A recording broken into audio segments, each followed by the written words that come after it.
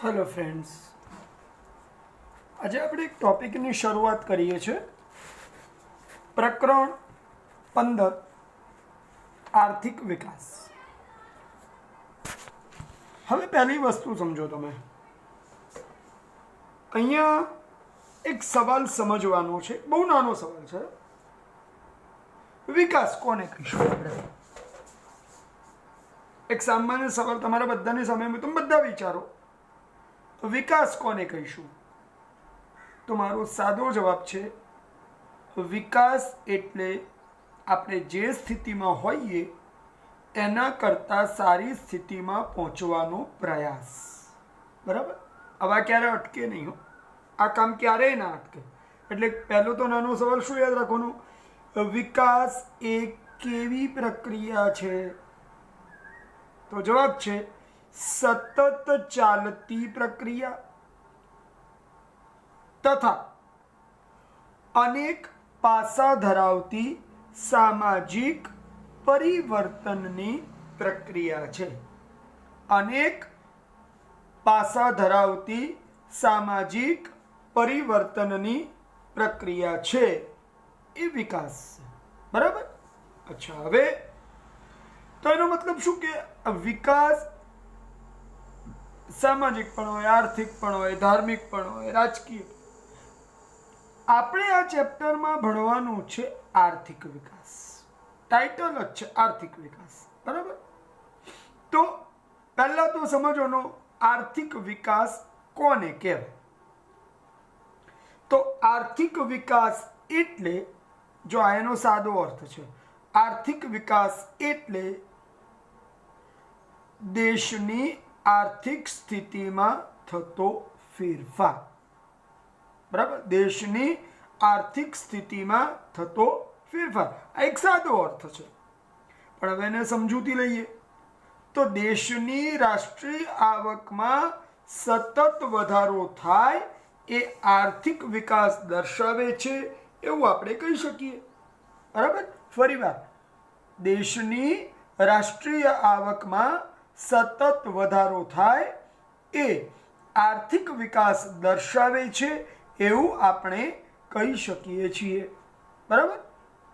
આ એને એક સમજૂતી તરીકે જોયો. હવે એની વ્યાખ્યા. બરાબર? તો દેશની રાષ્ટ્રીય આવકમાં સતત વધારો થાય,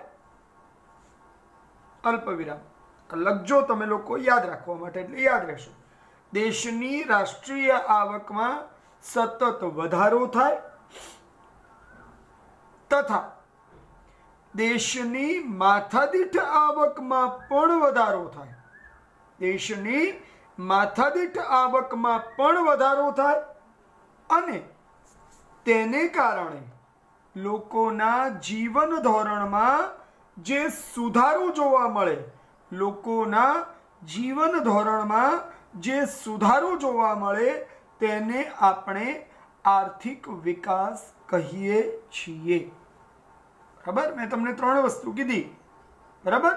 દેશની રાષ્ટ્રીય આવકમાં સતત વધારો થાય, તેને સાથે સાથે માથાદીઠ આવકમાં પણ વધારો થાય અને લોકોની જીવન ધોરણની સ્થિતિમાં સુધારો થાય, એને આપણે આર્થિક વિકાસ કહીએ છીએ.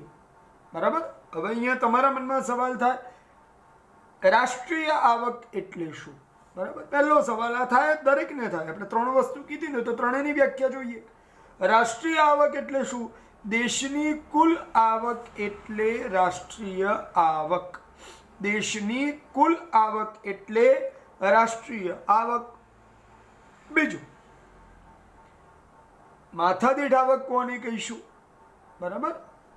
તો દેશની કુલ રાષ્ટ્રીય આવકને કુલ વસ્તી વડે ભાગવાથી જે વ્યક્તિ દીઠ આવક મળે તેને માથાદીઠ આવક, વ્યક્તિ દીઠ આવક અથવા પ્રતિ વ્યક્તિ આવક કહી શકીએ. પ્રતિ વ્યક્તિ એટલે એક વ્યક્તિને મળતી આવક. બરાબર? હવે આ વ્યાખ્યાની વાત કરી તો એમાં ત્રીજો મુદ્દો કયો હતો?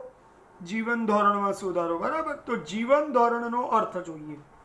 જો જુદી જુદી એવી કેટલીય બાબતો છે જેને સામૂહિક રીતે જોડો ને તો વ્યક્તિના જીવનની સ્થિતિ જોવા મળે, જેમ કે ખોરાક, પોશાક, રહેઠાણ, બરાબર, ઉપરાંત શિક્ષણ, આરોગ્ય, સંદેશા વ્યવહાર, વાહન વ્યવહાર, બરાબર, આ તમામ બાબતોનો સમાવેશ જે એક સાથે કરવામાં આવે ને એ આપણું જીવન ધોરણ દર્શાવે છે, બરાબર.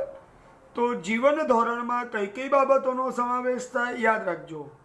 અન્ન, વસ્ત્ર, આવાસ, શિક્ષણ, આરોગ્ય, વાહન વ્યવહાર અને સંદેશા વ્યવહાર વગેરે પ્રવૃત્તિઓનો સમાવેશ કરવામાં આવે છે.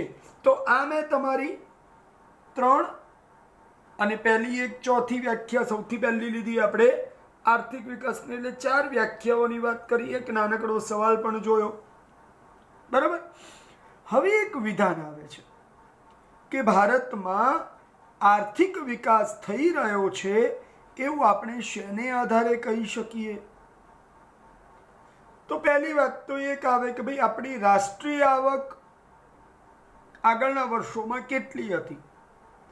તો 2011-12ની રાષ્ટ્રીય આવક છે 87,36,039 કરોડ રૂપિયા, બરાબર. 87,36,039 કરોડ રૂપિયા આપણી રાષ્ટ્રીય આવક હતી 2011-12ની. હવે એ 15-16માં વિચારીએ તો 1,35,67,192 કરોડ રૂપિયા, બરાબર. દેશની કુલ આવકોને ભેગી કરો ને ત્યારે જે મળે રાષ્ટ્રીય આવક, તો આટલી આપણી 15-16ની આવક છે, 2015-16ની, બરાબર. હવે તમે સમજો, એક તરફ આપણી રાષ્ટ્રીય આવક પણ વધી આઝાદી પછી. અચ્છા, આપણે માથાદીઠ આવકને કઈ રીતે જોઈ કે કુલ આવકને કુલ વસ્તી વડે ભાગો, તો વસ્તી બી તો ગણાય ને. તો વસ્તીનું પ્રમાણથી આવકના પ્રમાણને ભાગતા એમ કહી શકાય કે આપણી જેમ રાષ્ટ્રીય આવક વધી તો માથાદીઠ આવક પણ વધી છે, બરાબર. એટલે 2 આવક વધી, તેને કારણે આપણી જરૂરિયાતો સંતોષવાનું પ્રમાણ પણ વધ્યું. હવે જરૂરિયાતો કઈ તમે હમણાં જ જોયું, અન્ન, વસ્ત્ર, આવાસ, વીજળી, શિક્ષણ, આરોગ્ય, સંદેશા વ્યવહાર, વાહન વ્યવહાર, આ બધી જરૂરિયાતો પહેલા કરતા વધુ સારી રીતે સંતોષાય છે. એના પરથી કહી શકાય કે આપણી આર્થિક વિકાસની સ્થિતિ સુધરી રહી છે અથવા ભારતનો આર્થિક વિકાસ થઈ રહ્યો છે, બરાબર. તો એ ક્યારેક 2 માર્કનું વિધાન પણ પૂછાય છે, બરાબર. હવે એના પછી એક સવાલ આપણે લઈએ છીએ, જોજો આ તમારો એક 3 માર્કમાં પૂછાય એવો તફાવત છે, બરાબર. તો હવે તફાવત છે એટલે મુદ્દા પાડીને જ અમે સમજવાનું. આર્થિક વિકાસ અને આર્થિક વૃદ્ધિ, બરાબર.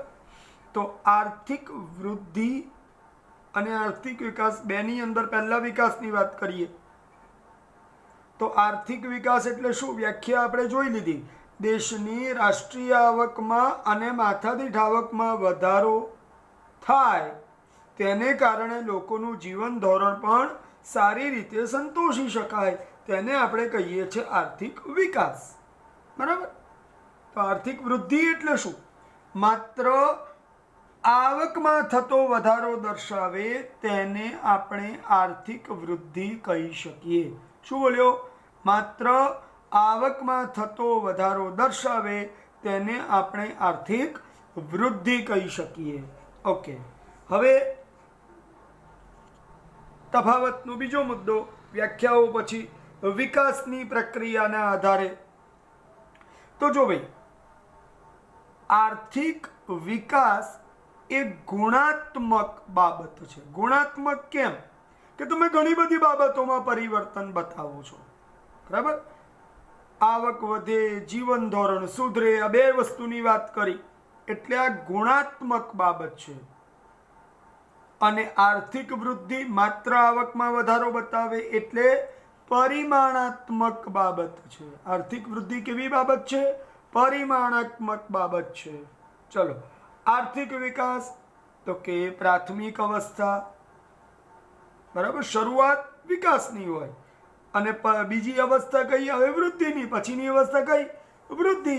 કારણ કે આવક વધ્યાની સાથે જીવન ધોરણ સુધરે તો વૃદ્ધિ તો થવાની જ છે. અચ્છા, હવે પરિવર્તન તો કે સંશોધનને કારણે તમારી સ્થિતિ બદલાય, સંશોધનોને કારણે, તો તેને આપણે કહીએ છીએ આર્થિક વિકાસ. ખેતીમાં તમે નવા નવા સંશોધનો કરીને જો તમે ઉત્પાદન વધારો તો તે આર્થિક વિકાસ છે. પણ સામે પક્ષે માત્ર મોટી જમીન હોવાને કારણે તમારું ઉત્પાદન વધ્યું તો એ થયો આર્થિક વૃદ્ધિ. બરાબર.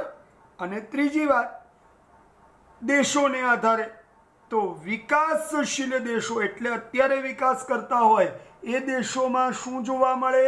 આર્થિક વિકાસ. કારણ કે આવક વધે તો જીવન ધોરણ સુધરે, લોકોની સ્થિતિ સુધરી રહી હોય તો આર્થિક વિકાસ વિકાસશીલ દેશોમાં જોવા મળે અને આર્થિક વૃદ્ધિ વિકસિત, જેમનો વિકાસ થઈ ચૂક્યો છે એમાં આવક વધે તોય ફેર નથી પડવાનો, એટલે આર્થિક વૃદ્ધિ વિકસિત દેશોમાં જોવા મળે છે.